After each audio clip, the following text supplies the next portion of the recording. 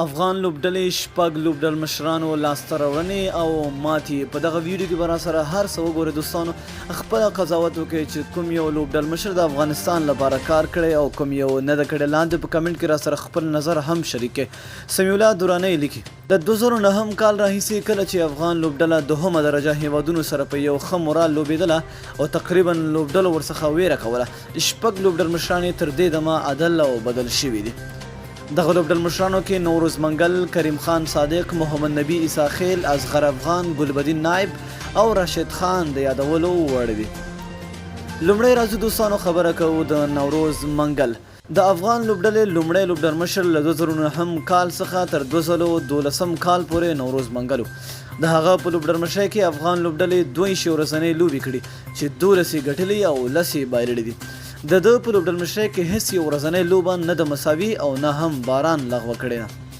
په یو ورځنۍ لوبې کې د لوبو ګټلو سلنه نسبت بایلونو ته زیاته وه، خو په 20 ورځو لوبې کې بایلات تر بریاو زیات دی. د ده په لوبډل مشرۍ کې افغان لوبډلې 14 20 ورځې لوبې کړي چې 6 ګټلې او 8 بایللې دي. د شاوخوا 4 کاله په ورځنیو او همدومره یې په 20 ورځو لوبو کې لوبډل مشري وکړه. راځو کریم خان صادق ته. کریم خان صادق په 2012 میلادي کال کې د یو ورځنیو لوبو لوبډل مشر شو. د ده په لوبډل مشرۍ کې افغان لوبډلې یو ورځنۍ لوبه وکړه او هغه یې هم وبایلله. تر 2013 میلادي کال پورې کریم صادق لوبډل مشر و، خو په 2013 میلادي کال کې ترې محمد نبی عیسی خیل لوبډل مشري ونیوله.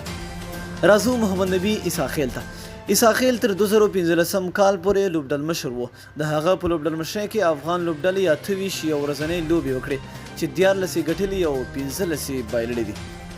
12 20 ورځو لوبې کې بیا افغان لوبډلې 6 ګټلې او 6 بایللې.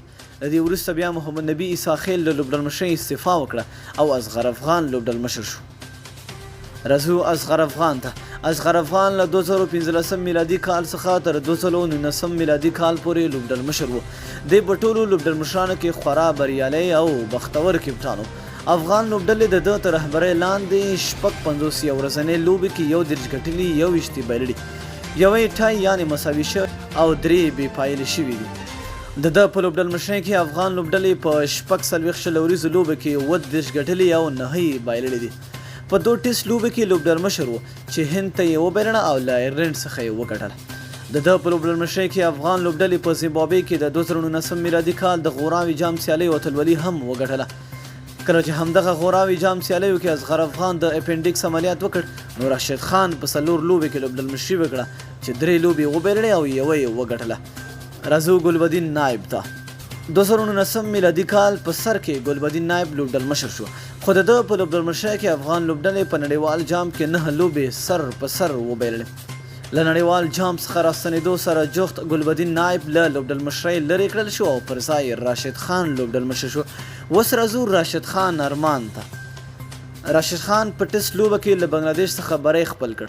دا بری د افغانستان او راشد خان له ریکارډونو سره مل و. د ټیسټ لوبې بریا یې د سپټمبر په 9 نیټه د دوشنبې په ورځ ترلاسه کړه. راشد خان په 2 پاڼیو کې 15 منډې وکړې او 11 ویکټې واخیستې. د لوبې غوره لوبغاړی هم راشد خان ونومول شو.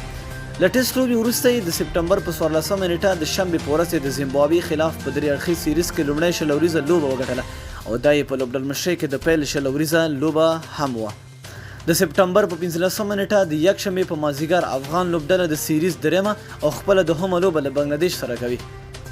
نو دوستانو دا و له 2009 کال څخه تر 2019 میلادي کال تر سپټمبر میاشت 14 نیټو پورې د افغان لوبډلې لوبډل مشران لاسته راوړنې او ماتې. نو دوستانو خپله تاسو ولیدله چې کوم لوبډل مشر کار کړی او کوم یو نه ده کړی. لاندې په کمنټ کې راسره د هغې نوم او خپله نظر شریک کړئ. تر بل ویډیو د الله په امان.